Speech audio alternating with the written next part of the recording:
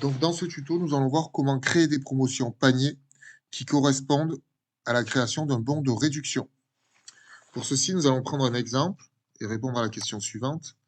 Créer un bon de réduction de 55% pour Monsieur John Doe, valable sur sa prochaine commande et utilisable une seule fois.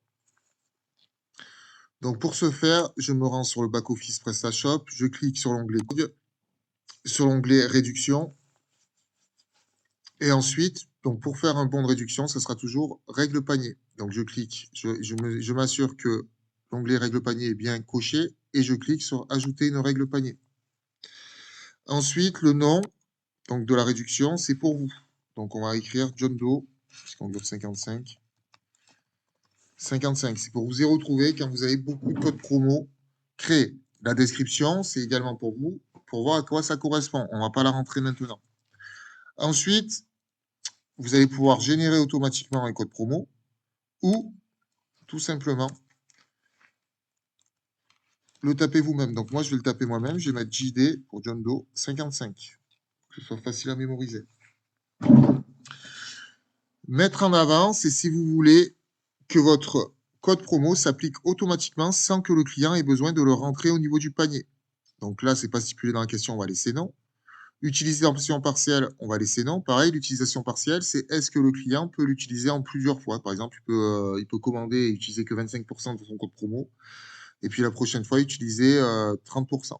Là, ce n'est pas le cas, ce n'est pas stipulé dans la question, donc on va mettre non. Priorité, ben, une, oui. Pourquoi? Ben, parce que ça veut dire que ce code promo sera prioritaire sur toutes les autres promos. OK? Et état oui, pourquoi? Parce qu'on veut qu'il soit actif.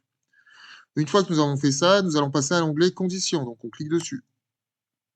L'onglet conditions, il va falloir limiter à un seul client, oui, puisque dans la question, on vous dit qu'on veut créer un code promo pour Monsieur John Doe. Donc, je tape Doe. Normalement, il devrait plus nous sortir, voilà. Donc là, on est bon.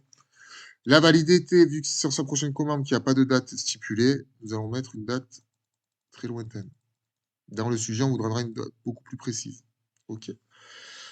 Ensuite, est-ce qu'il y a un montant minimum pour appliquer le code promo? Non. Est-ce qu'il y a donc la quantité totale disponible? 1. On génère qu'un seul bon de réduction pour Monsieur John Doe. Et quantité disponible pour chaque utilisateur, ben là, on veut que Monsieur John Doe l'utilise que sur sa prochaine commande, donc on lui en offre que 1. Il n'y a pas d'autres restrictions. OK. Donc nous pouvons passer maintenant à l'onglet Action. L'onglet Action, c'est est-ce que le code promo offre la livraison gratuite? Non, ce n'est pas stipulé dans la question. Le code promo, par contre, applique une réduction en pourcentage. Sa valeur est de 55. Il s'applique sur la commande hors frais de port. Ça, c'est tout bon. Est-ce qu'on exclut les produits en promotion? Ce n'est pas demandé dans la question, donc non. Est-ce qu'on envoie un cadeau à chaque fois qu'on applique que le client applique le code promo? Ben non, car ce n'est pas stipulé dans la question. Et nous pouvons cliquer sur enregistrer. Et nous avons donc créé le bon de réduction de 50%, 55% pour Monsieur John Doe. Voilà, vous savez maintenant créer un bon de réduction.